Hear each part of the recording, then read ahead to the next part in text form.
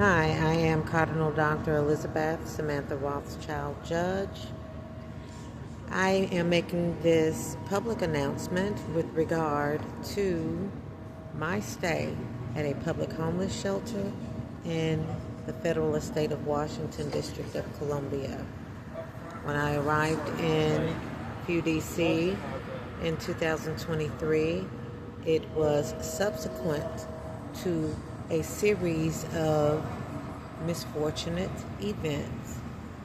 However, when I left El Paso, Texas in 2022, I made it perfectly clear for the stalking to stop, made it evident that I was traveling alone and arriving wherever I wound up arriving alone with intentions of continuing to achieve the quality of life that I want for myself.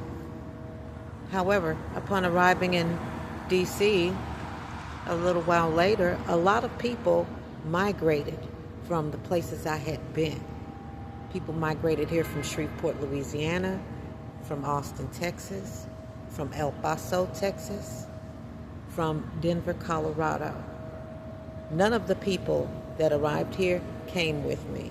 I am still here independently, as I shall be until such time that I grow my own immediate family. Yet, at this time, I am single and independent. Persons at the homeless shelter who have arrived are going to jail. Let's put it like that. They stalked me here and they harassed me relentlessly, along with other felonious criminal activity categorized as federal offense. It is not just the residents. There are some persons who are employed with the shelter who I don't know how they got the jobs there, but it is obvious that they came there to work after I arrived in DC in an effort to continue to stalk and to harass me. If I do not issue arrest affidavits for everyone, it is of no recourse because everyone there with the transition will be booked in. And that is information that I received from the Metropolitan Police Department, MPD. So I'm not concerned with that. I try not to interact too much because if I even speak to someone, they start staying there like they're there with me at the shelter, when I don't really even know anyone other than at the shelter. Some persons have stalked me for so many years that I'm able to identify them by sight, even though I don't know their names. These persons are going to face penalty, and the verdict is already given and clear: guilty. The staff members there I have tried to work with, and not all of them are compliant.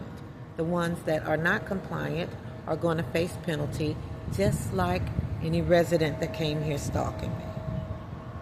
So, with that being said, what I would like the public to know is that I may or may not issue an arrest affidavit for someone, but any arrest affidavit that I issue, I am a federal judge in private chambers of federal jurisprudence. My charges stick, and the arrest affidavits go up as judgment suits.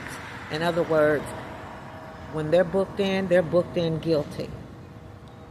Anyone that is permitted an arraignment will be given that for the purpose of possible plea bargaining for sentencing. However, what you must know is they will be sentenced on whatever charges that I have in my expert testimony provided for their arrest affidavits. It may not be an immediate apprehension, yet the apprehensions are due and the process is initiated. I don't know any of the persons working there personally other than meeting them after I arrived at the shelter. The same with the residents. What the public has noticed is how, when I come in and out of the shelter, how people stalk me in and out of the shelter.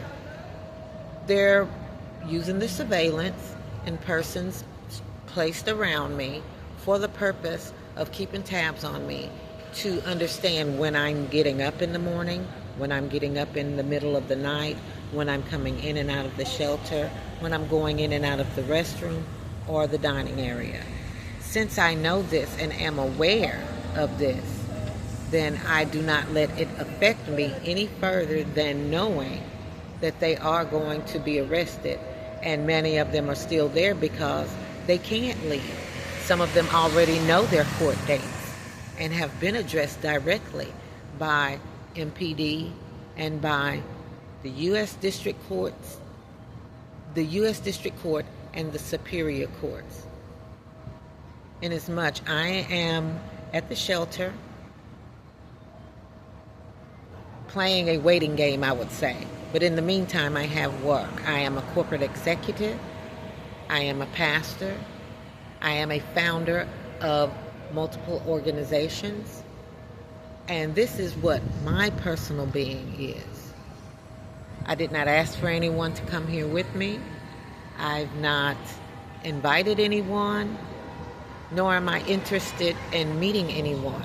Now, it has happened that I've met persons and I try to be congenial and likable, but people want to press in too far into my personal life, and I do not permit persons to commit larceny and grand larceny against me. And so I deter that behavior as best I can. In one instance, I had to allow the person to get close enough to me for me to obviate that it was larceny that they intended to commit against me. And another instance, I had to permit a person to commit grand larceny. And Metropolitan Police Department has removed both of those persons from the public and our society, and they are in their penalties, are serving their penalties for whatever the penalty was that was applied.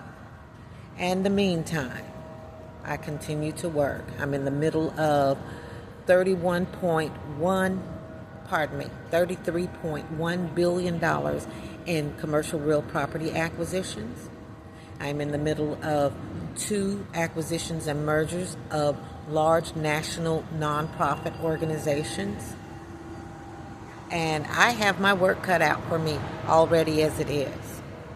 I'm pending liquidation from the U.S. IRS of my monetary funds, distributions, and liquid cash assets for my accounts. I have all of my things together. But what I've noticed is persons are staying at the shelter, and all they do is eat, drink, and sleep and follow me around all day long.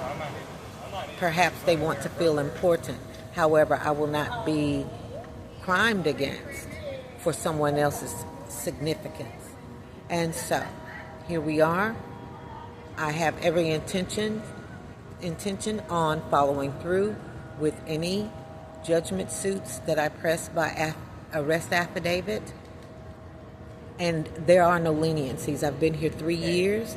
The persons have failed to address my situation, which my situation isn't very difficult. So now here I am, ready to try to find a place to stay other than the shelter once again, which requires that I negotiate business with general managers and owners of hotels or other real property.